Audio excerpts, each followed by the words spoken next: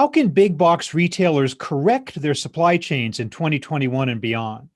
My guest is Andrew Hogenson. He is Global Head of Consumer Goods, Retail, and Logistics with Infosys Consulting. Hello, Andy. How you doing?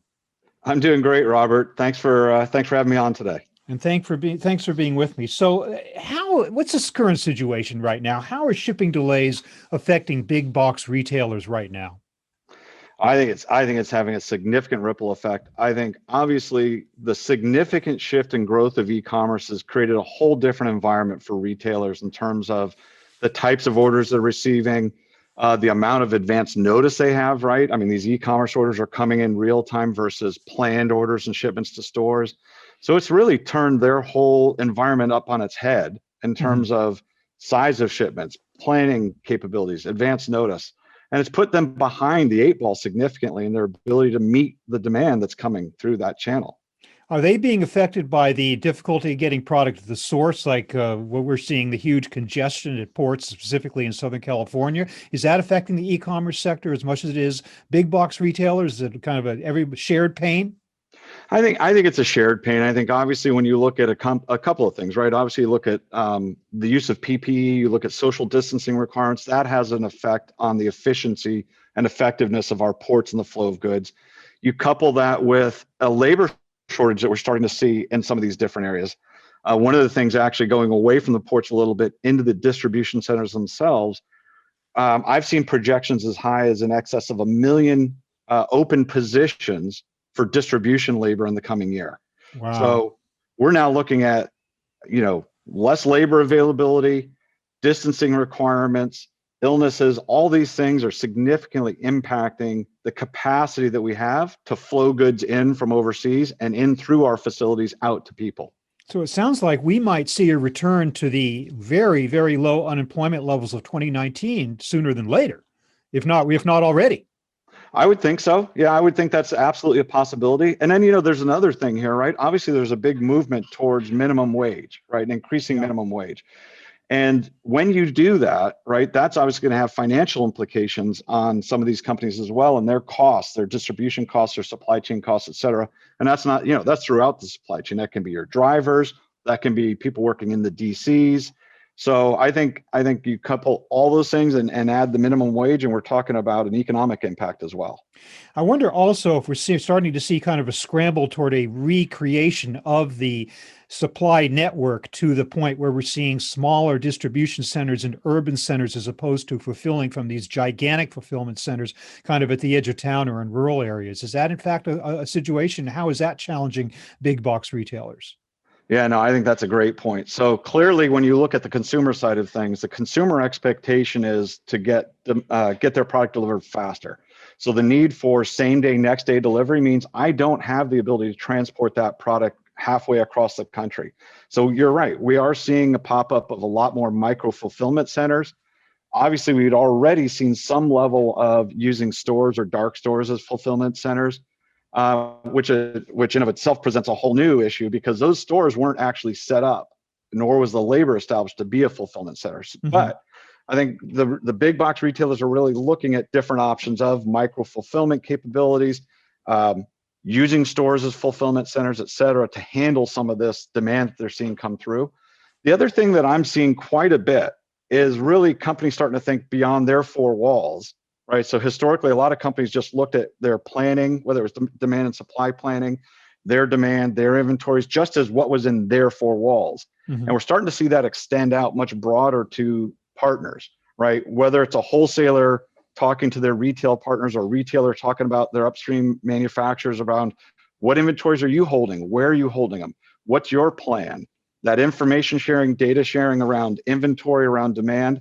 I think that's absolutely necessary, hopefully to address some of these shortages that we're seeing in these other areas as well. That's very interesting because it seems to me that up until this point, over the years, what basically big box retailers have wanted from their suppliers is get it to us on time at low cost and at increasingly low cost. It sounds like you're saying that they're asking for a lot more visibility from their suppliers than they ever demanded before. Is that in fact the case? That is absolutely the case. In fact, we're working with some of the big box retailers where they're starting to build programs to feed real-time or near real-time inventory data back and forth We're even talking to some of our big box retail clients about clean room environments where we can share financial data, lead time data, et cetera, between partners to find ways to optimize the flow of goods, the cost of flowing those goods, et cetera. All towards the objective of meeting that end consumer need, right? Which is that I want the product and I want it faster. And also, again, back to this idea of smaller orders, smaller order quantities that we have to deal with. That really relies on a whole different level of data and planning than we've seen in the past. Do you think that these stores are ready, or will they be ready when the pandemic subsides and we get back to some semblance of normal, perhaps a return to the economic boom of the years just before the pandemic? Are they in place for that, or is there work to be done? There's still a lot of work to be done, right? I mean, I think there's certain aspects that they're getting ready for, right, around understanding better the volumes of business, how to forecast demand a little better. But there are some elements of this that are really infrastructural in nature, right? Like how my distribution centers are actually physically set up, the types of sortation equipment I have. All of that needs to be revisited, whether it's via their own, supply chain or whether it's through 3PL relationships. That takes longer. Right. And then if you think even outside of the big box retailers, if they're leveraging partners like, parcel carriers or rapid delivery systems, those need more capacity in their sort centers, need more home delivery drivers. I mean, there's a lot of things here that have to change from an infrastructure perspective that can't change overnight. So that's my sense. But the employment issue isn't going to go away anytime soon. And it's only going to get worse as the economy recovers and unemployment goes down again. As you suggest, it's already happening. So what is the answer? Is it automation? How are we going to deal with the shortage of labor in the warehouse, driver shortage, and all that? Yeah, so I think automation is spot on. I think it's one of the areas we're seeing start to grow rapidly. So let's take a very practical example. Robotics in the warehouse, right? So robotics that can be used for sortation, for picking, for goods movement, et cetera.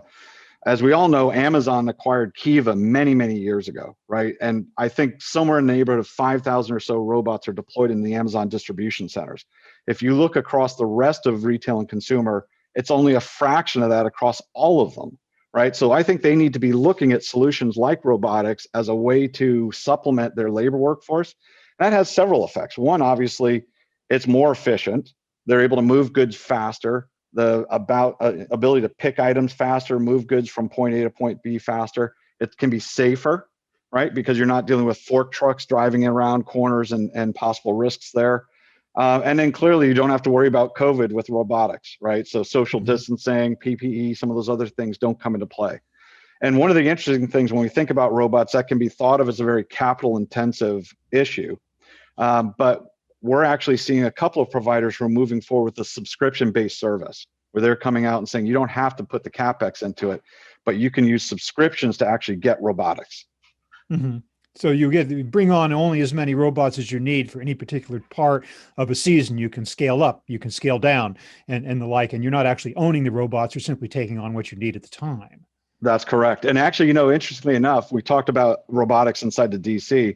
We've also seen a couple of very early stage pilots of using them in big box stores to solve the buy online, pick up in store, right? Because now, again, if you think back to my store becomes a fulfillment center, they weren't set up to be distribution centers, right? They were set up to be a retail interaction with the customer. And so some of these companies are starting to look at the use of robotics and their backroom layout as a way of addressing the buy online, pick up in store. Yeah. And what about automation on the sales floor? We've already seen Amazon experimenting, or even more than experimenting, with the idea that you don't even need, not only do you not need humans at the checkout counter, you don't need them in the aisles. You go into an aisle, you pick a product, you put it in your basket, and it charges you immediately, and you walk out of the store. That's already happening with Amazon. Do you see more of that with other stores too? I do. I think there's a lot of concepts that we'll see crop up in the digital stores of the future, right? That's the concept of extended aisle is one that we see a lot, right? So the ability to go into a store that doesn't necessarily have full inventory, but has the ability to have you look and feel and touch items, but then extend the aisle via kiosk, via other devices in store. I think you referenced the Amazon Go model. However, one of the things that we have to look at in those is those are experimental at this point in time and very expensive. So what we need to do is kind of test some of those and say what really resonates with the consumer. What do they want in that experience in store? And then we look at then how can we scale it on a cost-effective mechanism. Yeah. Because a lot of that technology, the use of cameras to see what are people picking up, what's my current inventory on shelves, digital shelves, so shelf weight sensing technology, all of that around understanding what product I have in the store, what are consumers buying and picking up. And then also the last piece of that, like I said, is the actual engagement with the consumers being automated. Digital shelves, digital pricing, all of that, and also mobile device engagement. Yeah. Go. Okay. Well, I just want to know one other question. That is that, excess inventory is, of course, a tremendous drag on the balance sheet.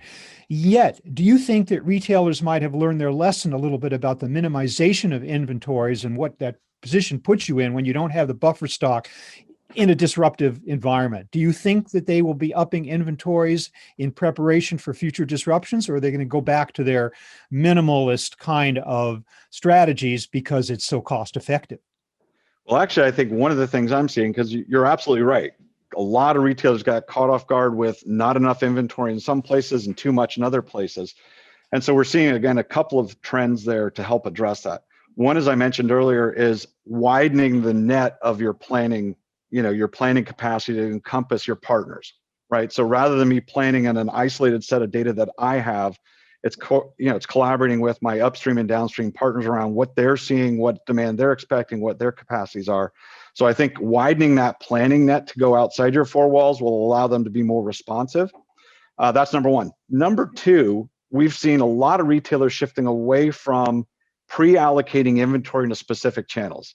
So for example, they'd say, okay, we're going to sell X amount of this, so let's buy and make this much. And then they pre-allocate it to the online channel versus the store channel. And now that's stuck. That inventory is locked. Mm-hmm. And if my online channel takes off, well, guess what? I'm going to run out of inventory there, but maybe I've got excess in stores. So what we're working with these companies on is not doing that pre-allocation, but rather pooling that inventory and using more of a distributed order management capacity to say, in a near real-time fashion, how do I optimize the allocation to the different channels and the different customer needs based on service level requirements, based on expectations, et cetera. I think making the inventory more fluid and more available to the multi-channel environment is going to be a big part of solving that inventory issue. Yeah. Well, one thing for certain, we're not going back to the old way of doing business in retail. A lot of these changes are going to be permanent going forward. Andrew Hogenson of Infosys Consulting, thanks so much for painting a picture for us of what big box retailers are facing today and what the future might look like to them and how they can adjust. Thank you very much for being with me today. Really appreciate it. You bet. Thank you, Robert.